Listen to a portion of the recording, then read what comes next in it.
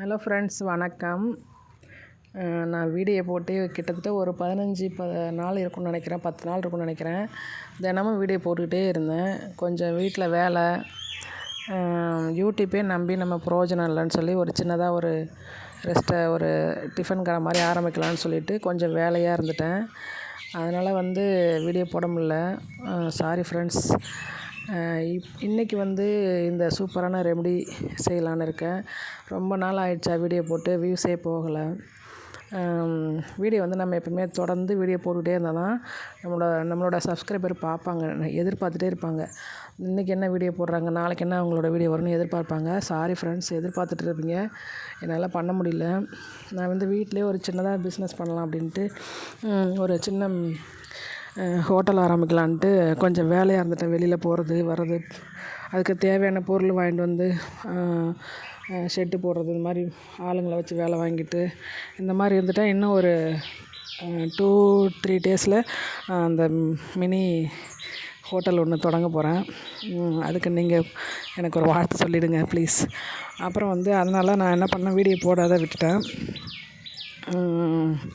அதுங்க மன்னிச்சிக்கோங்க. நான் இனிமேல் ரெகுலராக வீடியோ போடுறேன். எந்த வேலை எப்படி இருந்தாலும் நான் தினமும் ஒரு வீடியோ போட்டுடுறேன்.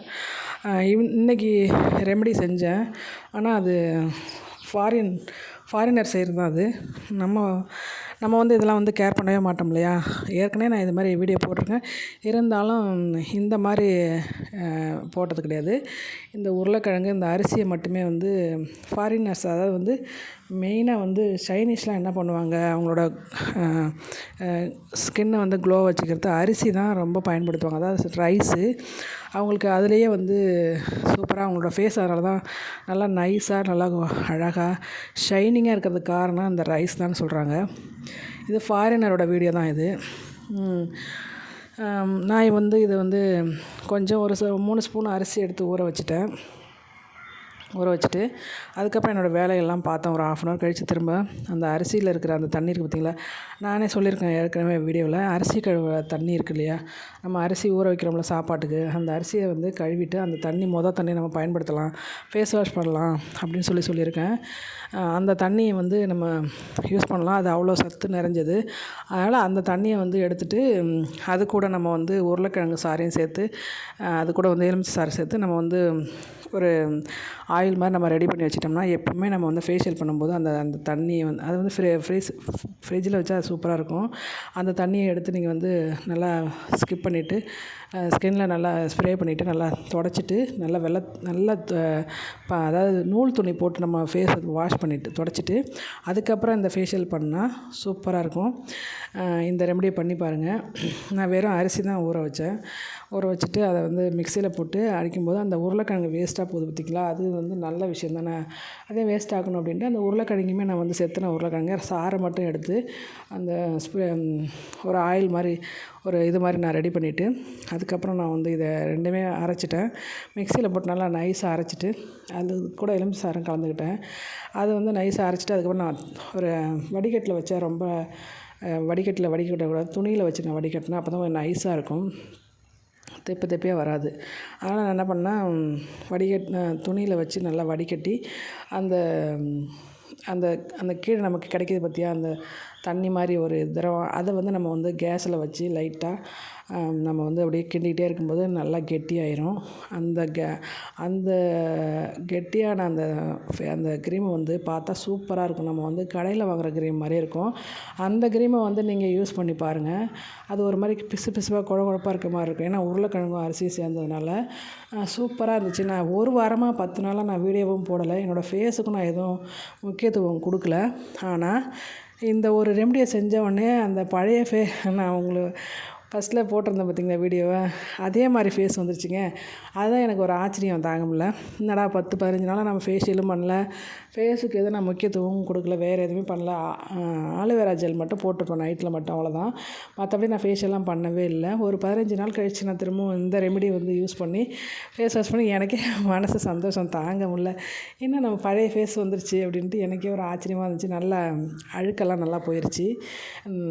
அதே மாதிரி கிளியராக ஃபேஸ் பார்த்தோன்னே எனக்கு ரொம்ப சந்தோஷமாக இருந்துச்சு. எனக்கே ஆச்சரியமாக இருக்குது. இப்போ கொஞ்சம் நம்ம ஒரு 15 நாள் எதுவுமே ஃபேஸ் பண்ணால் நம்ம டல்லாகிடும் ஃபேஸு. ஸ்கின் வந்து டல்லாகிடும். அப்போ வந்து நமக்கு வந்து பிரைட்னஸ் கிடைக்காது. அதுக்கப்புறமா இதை நம்ம வந்து பண்ணி பார்த்துட்டோன்னா சூப்பராக இருந்துச்சுங்க. ஃபேஸை பார்த்தோன்னே எனக்கு ரொம்ப ரொம்ப சந்தோஷமாக இருந்துச்சு. ஒரு 15 நாள் கிட்டத்தட்ட இடைவெளி விட்டுட்டேன். ஆனால் அந்த 15 நாளைக்கு நான் ஃபேஸுக்கு வந்து முக்கியத்துவமே கொடுக்கல. திடீர்னு இந்த ஃபேஷியலை நான் பண்ணவும் இந்த தண்ணி மாதிரி நான் ஒரு இது எடுத்து வச்சேன் பார்த்தீங்களா, ஆயில் மாதிரி. அந்த அந்த ரெமடியை வந்து நான் வெள்ளை துணியில் ஃபேஸில் வந்து வாஷ் பண்ணிவிட்டு வச்சு தொடச்சிட்டு நல்லா நான் வந்து கொஞ்சம் நேரம் ஊற விட்டு அதுக்கப்புறம் நல்லா வாஷ் பண்ணிவிட்டு நல்லா பஞ்சு துணி மாதிரி பஞ்சு துணி மாதிரி நல்லா காட்டன் துணியில் வந்து முகத்தெல்லாம் நல்லா வாஷ் பண்ணிவிட்டு தொடச்சிட்டு அதுக்கப்புறம் இந்த கிரீமை போட்டேன். அப்படி சொல்ல முடியல என்னால். ரொம்ப கஷ்டமாக ரொம்ப சந்தோஷமாக இருந்துச்சு. அவ்வளோ சந்தோஷமாக இருந்துச்சு. என்ன பழைய மாதிரி நம்ம ஃபேஸ் வந்துச்சுன்னா எனக்கு சந்தோஷம் தாங்கலை. அதுக்காக அந்த வீடியோ உங்களுக்காக ஷேர் பண்ணுறேன். நீங்களும் இது மாதிரி செஞ்சு பாருங்கள். ஒன்றும் அதிக செலவெல்லாம் இல்லைங்க. உருளைக்கிழங்கு நம்ம சாப்பாட்டுக்கு வடிக்கிறோம் இல்லையா அரிசி, அதுவே போதும். ஒரு 3 ஸ்பூன் மட்டும் எடுத்து ஊற வச்சுருங்க. அது கூட உருளைக்கிழங்கை போட்டு நல்லா அரைச்சிருங்க. அரைச்சிட்டு அவங்க வடிகட்டினா வந்து திப்பியாக உள்ளார கீழே வந்து நைஸாக இறங்காது. அதனால் நான் துணியில் வந்து நைஸாக வெள்ளை துணியில் வச்சு வடிகட்டி அந்த தண்ணியை வந்து நம்ம கேஸில் வச்சு லைட்டாக கிண்டிக்கிட்டே இருந்தோம்னா ஒரு சூப்பரான ஒரு க்ளோவான ஒரு க்ரீம் கிடைக்கும். அந்த க்ரீம் தான் சூப்பராக இருந்துச்சு. நீங்களும் வந்து இது மாதிரி இந்த ரெமடி செஞ்சு பார்த்துட்டு எனக்கு வந்து கமெண்டில் சொல்லுங்கள். தொடர்ந்து எனக்கு வீடியோவுக்கு சப்போர்ட் கொடுங்க ஃப்ரெண்ட்ஸ். நான் வந்து வீடியோ போடுறேன், எனக்கும் ஒரு மோட்டிவேஷனாக இருக்கும். தயவுசெய்து என்னோடய வீடியோஸ்லாம் பாருங்கள், ஷார்ட்ஸும் பாருங்கள். நிறையா பயனுள்ள ஷார்ட்ஸ் தான் நான் போடுவேன். நீங்களும் இந்த ரெமடியை செஞ்சு பாருங்கள். ரொம்ப ரொம்ப வெரி சிம்பிளானது தான். ஆனால் நல்லா பளிச்சு கொடுக்குது. நல்ல ஃபேஸ் வந்து நல்லா க்ளோவாக ஆகிடுது. நல்ல ஷைனிங்காகவும் இருக்குது. எனக்கே ஆச்சரியம் தாங்க முடியல. சரி, ஓகே ஃப்ரெண்ட்ஸ். அடுத்தது வந்து என்னோடய ஷார்ட்ஸ் வீடியோலாம் போய் பாருங்கள். அந்த ஷார்ட்ஸ்லலாம் உங்களுக்கு நல்ல பயனுள்ள தகவலாக நான் போட்டிருப்பேன். அதாவது தகவல் மட்டும் போட்டுட்டா பத்தாது, அதை செய்முறையில் காட்டணும் இல்லையா. ஒரு சில விஷயத்துங்களை செஞ்சு காமிச்சிருப்பேன், ஒரு சில விஷயங்களில் தகவலாக போட்டிருப்பேன். என்னோடய வீடியோஸு ஷார்ட்ஸு லைவில் கூட நான் நிறைய விஷயம் நல்ல விஷயம் தான் சொல்லுவேன். டிப்ஸு அண்டு நம்ம எப்படி வாழணும், நம்ம எதுக்காக பிறந்தோம், ஏன் நம்ம இப்படி இருக்கோம், நமக்கு ஏன் இந்த கஷ்ட சூழ்நிலாம் வருது அப்படின்ற விஷயத்தெல்லாம் நிறைய நான் வந்து லைவில் பகிர்ந்திருப்பேன். எனக்கு வந்து நான் வந்து எங்கள் வீட்டில் என் கூட பிறந்தவங்க வந்து கிட்டத்தட்ட 7 பேர் 8 பேர். அதில் நான் கடைசி பிள்ளை, 8வது பிள்ளை. எனக்கு நிறைய விஷயங்கள் தெரியலனாலும் ஓரளவுக்கு எனக்கு ஆன்மீகத்தை பற்றியும் தெரியும். ஓரளவுக்கு, அதாவது கட்டுறது கைமண் அளவு, கல்லாதது உலக அளவு. நம்ம வந்து எல்லாமே தெரிஞ்சுக்கிட்டு இந்த பூமியில் வாழ முடியாது. ஒரு சில விஷயம் தான் தெரியும். இப்போ வந்து நான் ஃபேஷியல் பண்ணுறேன். ஃபேஷியலை பற்றி என்ன கேட்டால் எனக்கு தெரியும். நான் இப்போ போயிட்டு நகை செய்கிறவங்க நகை செய்கிறது எப்படின்னு கேட்டால் என்கிட்ட கேட்டால் தெரியுமா? அது மாதிரி தான் ஒரு சில விஷயத்த நம்ம கற்றுக்க முடியும். எல்லாத்தையும் நம்ம கற்றுக்கிட்டு இந்த உலகத்தில் வாழ முடியாது. அப்போ வந்து நான் வந்து நிறைய விஷயங்கள், நல்ல விஷயங்கள் சொல்லியிருப்பேன். நம்ம குடும்பம், சூழ்நிலை, நம்ம எதுக்காக பிறந்திருக்கோம், ஏன் பிறந்திருக்கோம் அப்படின்னு சொல்லி நிறைய விஷயம் நான் சொல்லியிருப்பேன். லைவ்லாம் போய் பாருங்கள். நம்ம எப்படி வாழ்கிறோம், நமக்கு ஏன் இந்த கஷ்டங்கள்லாம் வருது, என்ன காரணம், இதெல்லாம் பரிகாரம் செய்யலாமா வேண்டாமா, இல்லை பரிகாரம் பலிக்குமா, இதெல்லாம் நான் வந்து நிறைய விஷயம் லைவ்லலாம் பேசியிருப்பேன்.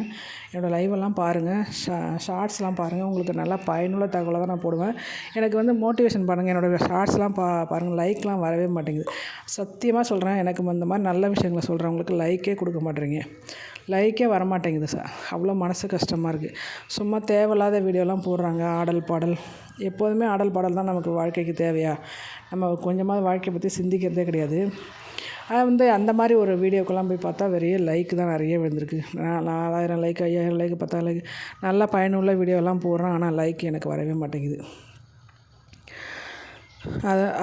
அது கொஞ்சம் மனசு வருத்தமாக இருக்குது எனக்கு. இந்த மாதிரி நான் கையிலையும் வந்து இந்த தண்ணியை வந்து தொட்டுட்டு வேறு வெள்ளை துணியால் வந்து தொட்டு தொடச்சிட்டு அதுக்கப்புறம் நல்லா வாஷ் பண்ணிவிட்டு மறுபடியும் அந்த க்ரீமை போட்டேன்.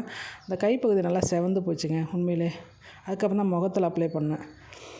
அப்படியே என்னோடய வீடியோவும் பார்த்துக்கோங்க. இது மாதிரி நிறைய பயனுள்ள தகவல் நான் வந்து இந்த வீடியோவில் இல்லை, எல்லாம் இந்த சேனல் ஃபுல்லாக சொல்லியிருப்பேன். எனக்கு இன்னொரு சேனல் இருக்குது, டைலர் பிசின்னு சொல்லிவிட்டு. அதில் வந்து யூடியூப்புக்கு தேவையான டிப்ஸ்லாம் போட்டிருக்கேன். யூடியூப் எப்படி நடத்தணும், யூடியூப்பில் என்ன பார்க்கணும், எப்படி சப்ஸ்கிரைபர் வரணும், எப்படி வியூஸ் போகும், அதை எப்படி நம்ம பண்ணணும், வாட்ச் ஹவர்ஸ்னால் என்ன, ஒய்டி ஸ்டுடியோனா என்ன சொல்லிடுங்க. நிறைய இந்த மாதிரி யூடியூப் சம்மந்தப்பட்ட டிப்ஸ்லாம் அதில் நான் போட்டிருப்பேன். அந்த சேனலும் பாருங்கள். அதுவும் மானிட்டேஷன் ஆன சேனல் தான். இப்போ கொஞ்ச நாள் ஒரு ஒரு பிரச்சனையால் அது சரியாகாத இருக்குது. அது செப்டம்பர் 16ஆந்தேதி அந்த சேனல் சரியாயிடும். ஆனால் நிறைய விஷயங்கள் நான் வந்து எனக்கு தெரிஞ்ச விஷயங்கள நான் நிறைய வந்து கற்றுக்கிட்டது, கேட்டது, தெரிஞ்சது, நான் வந்து பயன்படுத்துறது, நான் வந்து வாழ்க்கையில் வாழ்கிறது எல்லா விஷயத்தையுமே பகிர்ந்திருப்பேன். இந்த மாதிரி நல்ல தகவல்லாம் அந்த சேனல்லையும் சொல்லியிருப்பேன். நிறைய விஷயம் அதில் சொல்லியிருப்பேன். ஆன்மீகத்தை பற்றி சொல்லியிருப்பேன். நிறைய என்டர்டெயின்மெண்ட் நிறைய விஷயம் சொல்லியிருப்பேன். காமெடி நல்லாயிருக்கும். சாங்ஸும் அதில் நல்லாயிருக்கும். அந்த சேனலும் போய் பாருங்கள். அது டெய்லர் பீஸுன்னு போட்டிங்கன்னா சர்ச் பண்ணிங்கன்னா வரும். அந்த மாதிரி வந்து நான் 2 சேனல் வச்சுருக்கேன். 2 சேனல் வச்சுருந்தாலும் நான் இது வரைக்கும் எதுவும் காசுலாம் நான் இன்னும் பார்க்கவே இல்லை. நான் கிட்டத்தட்ட 4, 5 வருஷம் ஆகுது நான் சேனல் ஆரம்பித்து. ஆனால் ரொம்ப ரொம்ப மனசு வேதனையில் தான் போட்டுட்ருக்கேன். இதுக்குமே டாலர்லாம் சேரல, மெம்பர்ஷிப்லாம் சேர மாட்றாங்க. நம்ம வீடியோ போட்டால் மட்டும்தான் காசு. ஒரு சில சேனல்லாம் போய் பார்த்திங்கன்னா மெம்பர்ஷிப் நிறைய போட்டிருப்பாங்க. சீக்கிரமாக பணம் எடுத்துருவாங்க. அதுக்கெல்லாம் காரணம் என்னென்னா அவங்க நிறைய ஃப்ரெண்ட்ஸ் வச்சுருப்பாங்க. அவங்களுக்கெல்லாம் போடுறாங்க. அது என்டர்டெயின்மெண்ட்க்கு, அதாவது வந்து தப்பான வீடியோவும் போடுறாங்க. உள்ளார போய்ட்டு மெம்பர்ஷிப்பில் போய்ட்டு தேவையில்லாத வீடியோலாம் போட்டு அவங்க காசு சம்பாதிக்கிறாங்க. அது நமக்கு தேவையில்ல. நம்ம வந்து நம்ம நல்லதே சொல்லணும் மக்களுக்கு. அதாவது இந்த ஒரு பொது தளத்தை வந்து நல்லபடியாக பயன்படுத்திக்கணும் அப்படின்னு நான் நினைக்கிறேன். எனக்கு சப்போர்ட்டாக இருக்கிறவங்க தயவுசெய்து நான் சேனலை வந்து சப்ஸ்கிரைப் பண்ணிவிட்டு பாருங்கள். கிட்டத்தட்ட 96% சப்ஸ்கிரைப் பண்ணாமலே பார்த்துருக்கீங்க சேனலை. ரொம்ப மனசு கஷ்டமாக இருக்குது. சப்ஸ்கிரைப் பண்ணி வச்சுக்கோங்க சேனலை. இப்போ பாருங்கள், நான் என்னோடய ஃபேஸை வந்து பார்த்து ரெடி பண்ணி பார்த்தா சூப்பராக இருந்துச்சு. எனக்கே ரொம்ப சந்தோஷம் தாங்க முடியல. இவ்வளோ நாள் கழித்து என்னோடய ஃபேஸ் மறுபடியும் பழைய ஃபேஸ் வந்துருச்சியா, அது எனக்கு ஒரு ஆச்சரியம். என்னடா மறுபடியும் இந்த கழுத்தோட மட்டும் வெள்ளையாக இருக்குது, உடம்புலாம் கருத்துச்சு. கொஞ்சம் வெயிலில் அலைஞ்சதுனால உடம்புலாம் கருத்து போச்சு. கழுத்தோட மட்டும் ஃபேஸ் மட்டும் வெள்ளையாயிடுச்சு. எனக்கே ஒரு ஆச்சரியமாச்சு. ஏன்னா இதோட கோடு போட்ட மாதிரி கழுத்துக்கு கொஞ்சம் பூசியிருந்தேன். கழுத்து கொஞ்சம் வெள்ளையாயிடுச்சு. இந்த ரெமெடி சூப்பரான ரெமெடி. நீங்கள் வந்து இதெல்லாம் ரெடி பண்ணி நீங்கள் அப்ளை பண்ணி பார்த்துட்டு அதுக்கப்புறம் எனக்கு கமெண்ட் போடுங்க. நன்றி, வணக்கம். சூப்பராக இருக்குது.